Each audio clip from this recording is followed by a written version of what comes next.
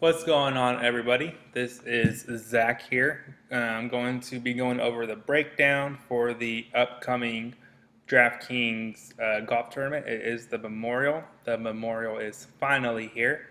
Had a really good weekend this past weekend with the Workday charity event. Won over $10,000. So if you haven't seen that recap video yet, make sure to go check it out. Some really good lineups that were built, and all of the players that I used in my lineups for that event were posted in the video last week, just as it's going to be this week as well. So this is your first time here or first time kind of checking me out. My name is Zach. Been playing DFS for almost 7 years. Used to make videos and content before, kind of took a little bit of a break, but once the kind of COVID lockdown started, decided it was a cool time to get back into it. Never stopped playing DFS. Just kind of had to teach myself to learn PGA more and learn the data and the statistics behind it, and also learn League of Legends. I do have some League of Legends content out there as well, but make sure to follow me on Twitter. It's at OneShotDFS, ONE Shot DFS, and I do provide some more thoughts and content on there as well. And also make sure to like and subscribe to this channel. Like I said, I'm really being consistent with the videos coming out, so make sure you can catch all the videos. You'll get all my thoughts and I'll kind of see where I'm going, especially for these golf tournaments. You'll see my player pools and who I'm locking in and building around, so I'm really excited for that. My style is more geared towards single entry and kind of 2-3 max lineup contests. I'm not someone who uses an optimizer. It's not my preferred style.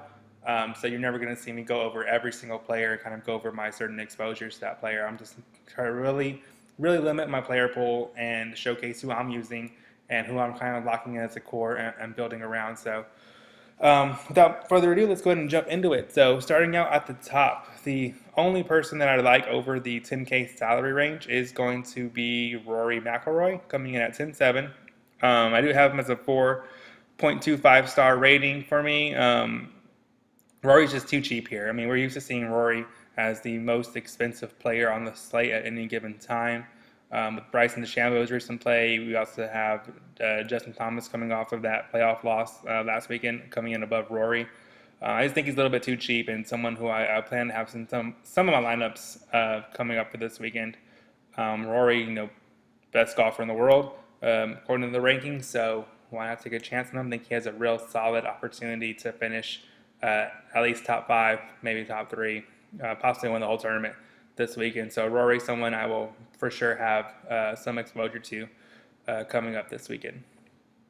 Then we start going into the 9K range. 9K range is really strong. It was tough to kind of decide who I liked the most, but starting up with Patrick Cantlay at 9,800. Patrick Cantlay finished off the Workday event on Sunday just on fire. I think he went into Sunday at -4, finished at -11, just absolutely went insane. Finally had everything clicking and figured out. So I look forward to Patrick Cantlay carrying that momentum into this tournament. As everybody knows, it's the exact same course. They just changed some of the greens and some of the rough a little bit, some of the pin locations. But Cantlay seems to have a really good field now, and he won this tournament last year. So defending champion Patrick Cantlay at 9,800. Have him as a 4.5 star rating, as you can see here, and someone that I will have a good amount of exposure to as well. I know he's going to come in somewhat chalky, but I'm probably going to eat the chalk with Cantlay. Next player we have at 9,300, probably my favorite player on the entire slate, is going to be Mr. Jon Rahm, the Spaniard. 9,300 Jon Rahm, that is just way too cheap for Jon Rahm. I have seen his name float around there on some other sites as well, so I'm expecting him to be coming in a little bit chalky also, but this is another place I'm just going to eat the chalk with Jon Rahm. Way too cheap. You'll see here I do have him as one of 2 5-star ratings for me, and he's highlighted in that mint green, so you know that he's going to be a core lock for me. I'll have him in every single lineup. Just really banking on Jon Rahm to have a great event at the Memorial. He got kind of lost behind Patrick Cantlay's amazing performance on Sunday, but Jon Rahm had, if not the same, a better performance on Cantlay on Sunday. Just really had it clicking, really had it figured out, and I'm really putting a lot of my money on Jon Rahm this weekend. Next up, we have the Big Cat return of Tiger Woods. 9K is, again, just way too cheap for someone of Tiger and Tiger's caliber. I'm really not worried about the layoff. If anything, I think it might have helped him just get healthy. And so Tiger's someone I don't worry about having rust coming back to form. I think people will maybe try to overthink this one and try to avoid the chalk with Tiger. I think Tiger won't perform that well, but if Tiger's coming in chalky, that's another place I'll probably just eat the chalk with Tiger. I really, really like him for the Memorial. Everybody knows his history there. 5-time, 6-time winner. Just always owns that course and does really well. And I think we see a really motivated Tiger come out this weekend. So yeah, someone I really, really like at 9K flat for sure. You'll notice someone I do have missing from this 9K range is going to be Victor Hovland. I really, really do like Victor Hovland. I just can't play everybody, right? So you have to make some decisions somewhere. I've played Victor Hovland probably in almost every tournament since the return of golf came and has yet to disappoint. So if you want to prioritize Victor Hovland, I totally get it, and I can't say anything bad about Hovland. He's one of my favorite players right now, and his ball striking is elite. You should be good to go. It's just I like the players around him a little bit more for their prices and their upside. So that's where I'll be going. So then we get into the 8K range. Two players that I do like in the 8K range right next to each other. So we have 8,500 Abraham Answer from Mexico playing. He skipped last tournament, but he looked really, really, really good in the tournaments prior.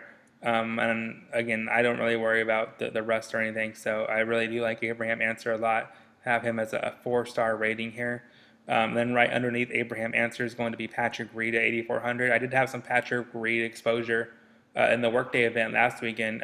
He looked really good for the first 2 days, made the cut pretty easily, struggled a little bit on the third day, but somewhat came back to form in the fourth day with his putter. So his around the green game is really solid for Patrick Reed, and he's usually pretty consistent, someone I don't have to worry about too much with missing the cut.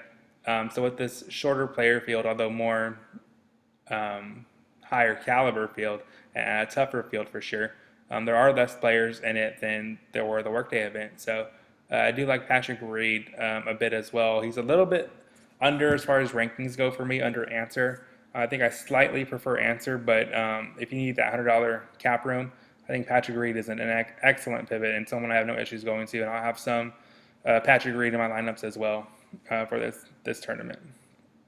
My next lock that's going to be in all of my lineups is going to be Mr. Paul Casey at 7,900. You'll see here I do have him as my second 5-star rating. Paul Casey, someone's just super, super consistent, really high caliber golfer. I think he's too cheap here. I think people are maybe be worried about his return to a major tournament, competitive tournament, and not playing for a while. But again, someone I don't really consider that. Not really factoring in that rust. I think Paul will be ready to play. And I fully expect the best of Paul Casey coming into this tournament, someone that I will be building around along with John Rahm for the Draftkings tournaments. So now we get into some of my value plays. I'll probably have to use one or maybe two of these value plays in all of my tournaments in order to fit everybody I like. So it's really hard to always recommend a value play, right? No matter what anybody says, these guys are this cheap for a reason. If they make the cut, it's going to be really, really good for your lineups, but you can't really guarantee anybody at this range to make the cut. But these are just 4 of the value plays that I'll be using in my lineups and some people that I really do like and will be playing. So starting out at 7,400, Adam Hadwin is going to come in at like a 3.75 star ranking for me.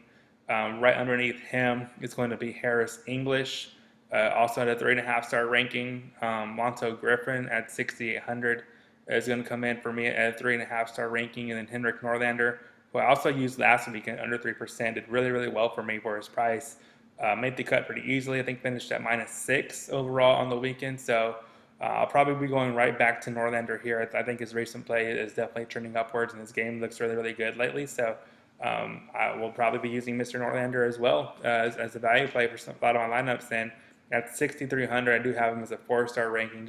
I think he's just way, way too cheap for his price. Although again, pretty much all bottom 3 or 4 golfers in this range, you're gonna have some concern with possibly missing the cut. But If you want to fit in a lot of the studs that you want to and fit in the higher caliber players, you're going to need some of these value plays, and these are the ones I think have the highest upside to make the cut and make a good run for their price. So that's pretty much it. This quick breakdown of the slate. Again, my player pool. This is who I will be for sure using in my lineups. Right now, I have 3 lineups that I built manually. I'm probably just going to stick with that.